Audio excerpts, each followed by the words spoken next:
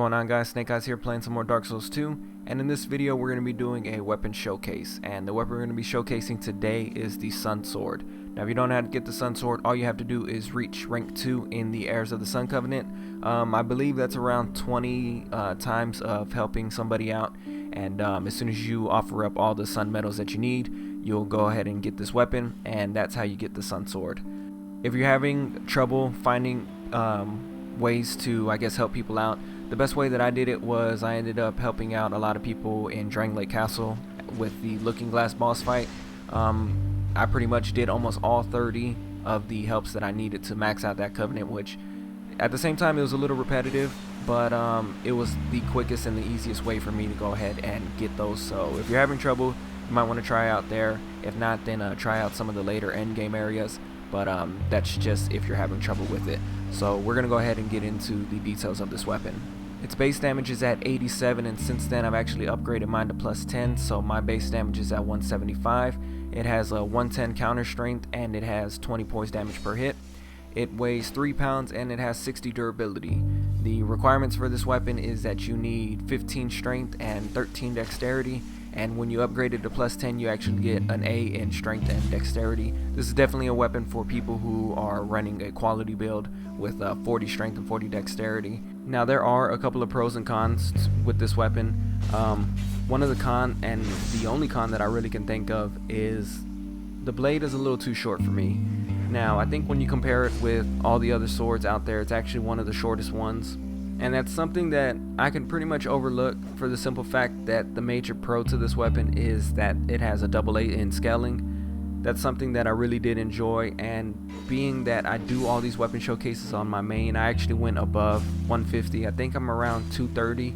My character has 50 strength and 45 dexterity, so I'm pretty good as far as taking full advantage of the AA scaling that I get.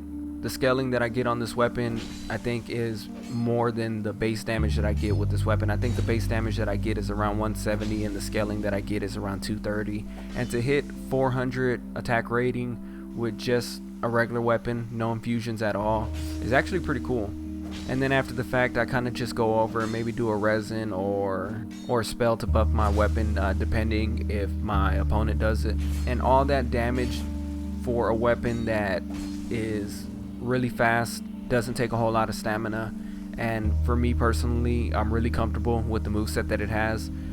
There's been a couple matches where I kind of felt bad because with this weapon, and being that I'm comfortable with just a shield and sword, that's just my thing, that's what I really like doing. I felt kind of bad because I was able to be really aggressive, take full advantage of the moveset. I really do like the fact that the rolling attack is a thrusting attack, and this is definitely a weapon for people who like to be really aggressive and just kind of go in there and get the job done.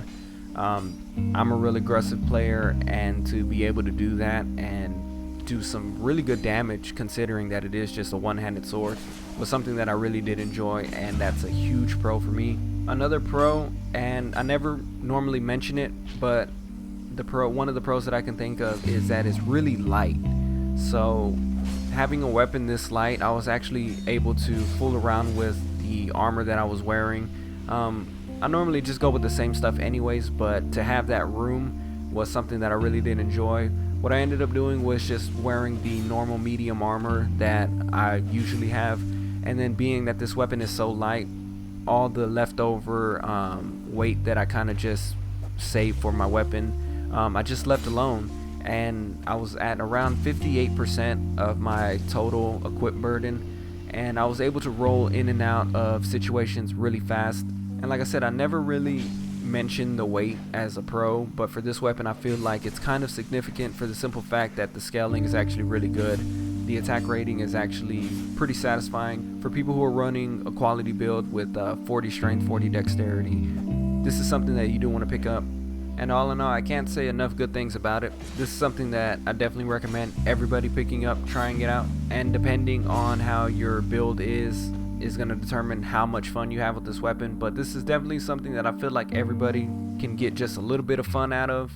You really can't go wrong with just a standard sword. And out of all the standard swords, this is actually one of the best ones that you can try. But like I said, that's pretty much going to wrap it up. Leave a like if you enjoyed, subscribe if you haven't already. And until next time, take care.